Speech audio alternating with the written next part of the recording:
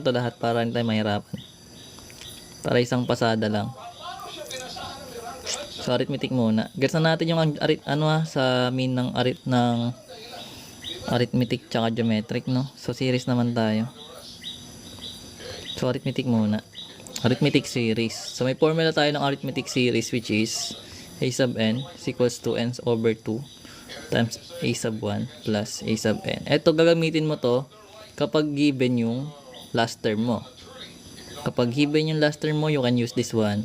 Kapag hindi given yung last term, you will use the other formula, which is 2a sub 1 plus n minus 1 times t. You can use this one if the last term is not given. Pero you can use naman to find the last term using the general formula, di ba? Di ba yung a sub n natin, yung formula niya is a sub 1 plus n minus 1 times d. So you can use this one. Ay, a sub n pala, sorry. Oo nga, sabi na, inaantok na tayo eh. So a sub n yun. General formula, di ba? Di ba yung a sub n natin, yung formula niya is a sub 1 plus n minus 1 times d. So you can use this one. Ay, a sub n pala, sorry.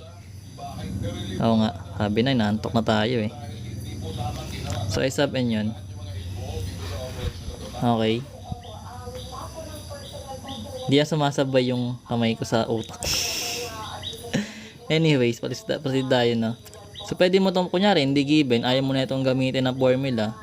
So you can use this one. Again, yung una. Pero kailangan mo hanapin yung a sub n using this formula. Okay. So let's say meron tayong given. Madali lang. Let's say meron tayong 2 plus 3 is 6, plus 3 is 9, plus 3 is 12, plus 3 is... Tama ba? Eh, plus 4 pala to. O, tingnan mo. Kala ko 3. 3 na lang.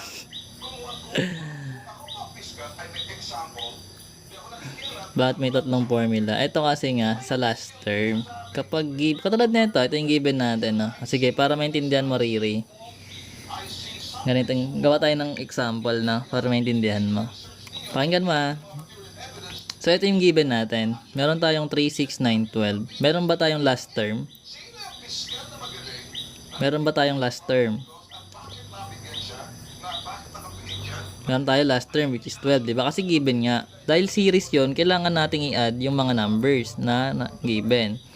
Ibig sabihin, meron tayong s sub 4. If we add this all 3, all 4, kasi s nga series. If we're gonna add this all, what will be the sum? The sum of these 4 terms. Opo. Iba yung n sa a sub n, ha? Yung a sub n is the last term, where the n is the number of terms, kung pang ilan siya sa sequence mo. That's why maraming nalilito dyan sa n tsaka a sub n. Pero kung maintindihan mo yan, hindi ka na dyan malilito kasi basic na lang naman yun eh. Basta naintindihan mo yan. O ito, pag inad natin to lahat, ilan? So 9 plus 6 is 15, 12 plus 3 is 15, therefore ang sum neto is 30, di ba? So check natin using the formula. So meron tayong s sub n is equals to, dahil meron tayong last term, we're gonna use this one. Mag-English na tayo, no? Magiging English major na nga ako eh. Joke lang. So what is n? Di ba meron tayong s sub 4? So, ang yung n natin is 4. Kasi nga, 4 yung nakalagay dito. Kung ano yung nakalagay dito, yung lalagay mo sa n. Kasi n to eh. O, n din to. Ibig sabihin, 4 din. Okay. Yung a sub 1 natin is 3. Ano yung a sub n natin? Yung last term natin sa sequence. So, yung last term natin sa sequence is 12. Kasi pang 12 yung last term natin. O, dapat lang din tayo nalito dyan, ha?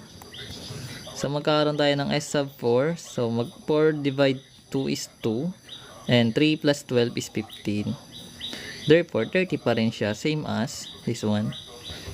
So, what if meron tayong another term? So, ipa-plus natin siya ulit. Tapos, ang pinapahanap is the sum of the first to. Let's say, 10. Ayan. 10.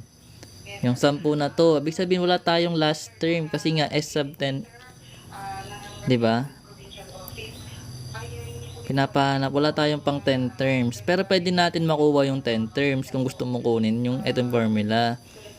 Pero kung ayaw mo siyang kunin, hello Akil, late tayo.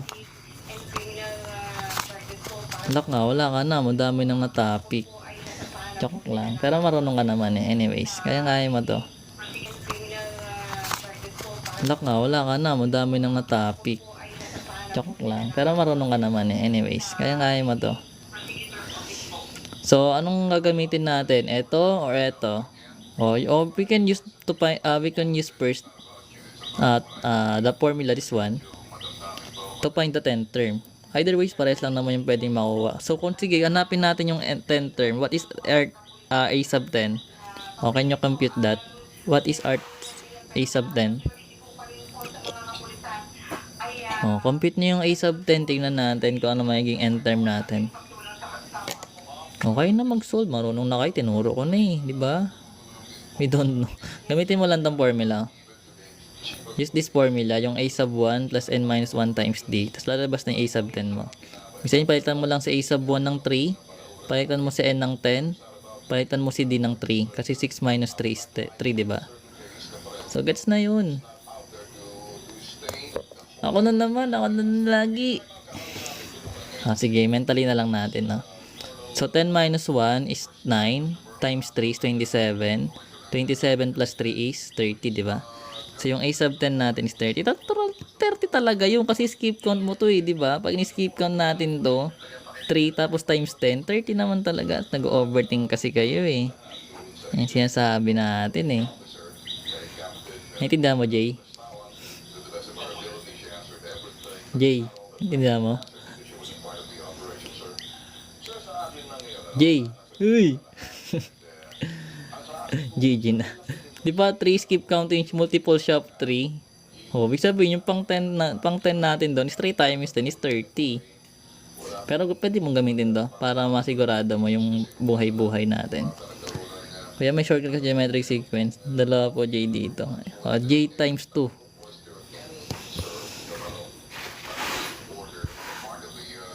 Okay, pero nagets yun? Ibig sabihin meron tayong a sub n. Yung last term natin is 30. So which means pwede na natin gamitin tong first formula natin, na. So gamitin natin yung first formula. So meron tayong s sub 10 is equals to yung n over 2 natin is 10 over 2.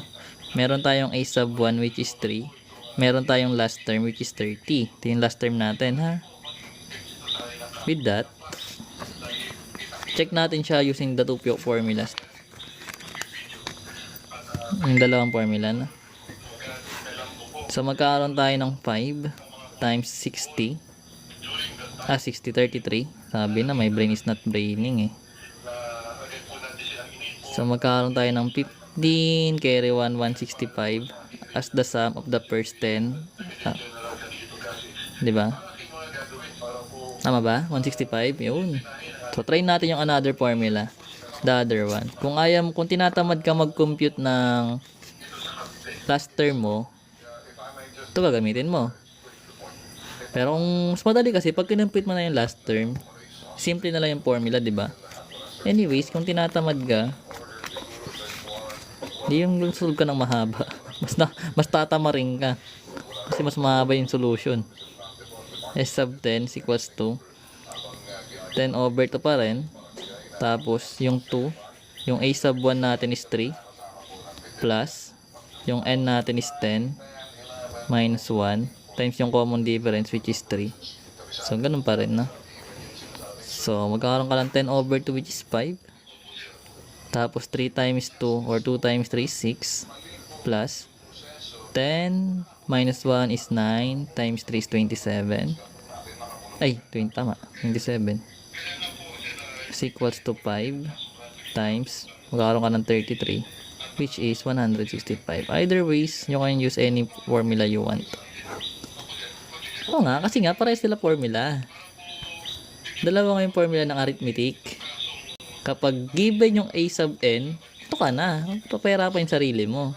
Kapag hindi, ito gagamitin mo. Pero you can use this again. Kung kahit hindi given to, given that, you gonna get the a sub n. Otherwise, kung you don't like to to get the a sub n, hindi gamitin mo to. Anyways, magiging parehas lang yan as long as tama yung pagkakakompute mo.